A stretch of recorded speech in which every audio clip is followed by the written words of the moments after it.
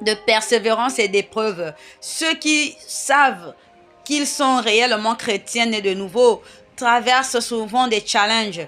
Alors mon frère, ma soeur, malgré toutes ces questions, malgré tout ce que tu peux penser, laisse-moi te dire ce matin que la seule voie, la véritable voie, l'unique voie qui t'amènera à la vie éternelle, à recevoir ton salut, après ton chemin sur la terre, après ta mission sur la terre, c'est le chemin qui mène à la vie et c'est n'est que suivre Dieu.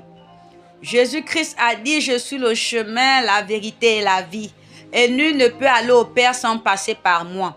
Alors ce chemin qui est notre Seigneur Jésus-Christ, c'est la seule voie à suivre. Mais la marche chrétienne n'est pas facile, mon frère. La marche chrétienne n'est pas du tout facile. Ce n'est pas du tout repos. Ce n'est pas une marche où tu peux te permettre de faire tout ce que le monde fait. C'est une marche où il faut la discipline, il faut la rigueur, il faut faire les meilleurs choix, malgré que c'est difficile. C'est comme un athlète. Il s'est entraîné avant de concourir et pendant ses entraînements, il a eu à s'abstenir de plusieurs choses qui pouvaient satisfaire son corps. Mais il s'est retenu. Il s'est abstenu parce qu'il sait que avec cette discipline, il pourra obtenir la couronne de victoire. Il pourra obtenir la médaille d'or. Alors toi et moi ce matin, le Seigneur nous interpelle, mon frère, ma soeur, à nous examiner. Examine-toi, mon frère, ma soeur. Examine-toi, ma soeur. Examine-toi, mon frère. Pose-toi la question de savoir, en faisant ce bilan, est-ce que j'ai choisi réellement de suivre Dieu ou encore j'ai encore un pied dans le monde et un pied dans le chemin qui mène à la vie, un pied en Christ.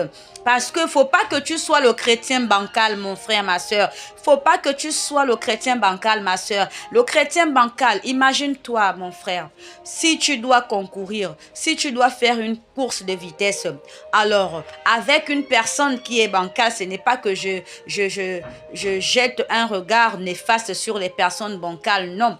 Mais il sera difficile pour cette personne d'avoir la même endurance, la même ferveur, la même course que toi qui n'est pas du tout bancale. Alors le Seigneur te veut entièrement, il ne te veut pas en moitié parce qu'il ne partage sa gloire avec aucun homme. Sans plus tarder, lisons cette parole. Matthieu 7, versets 13 à 14. Il est dit: entrez par la porte étroite, car large est la porte spacieuse, est le chemin qui mène à la perdition. Et il y en a beaucoup qui entrent par là.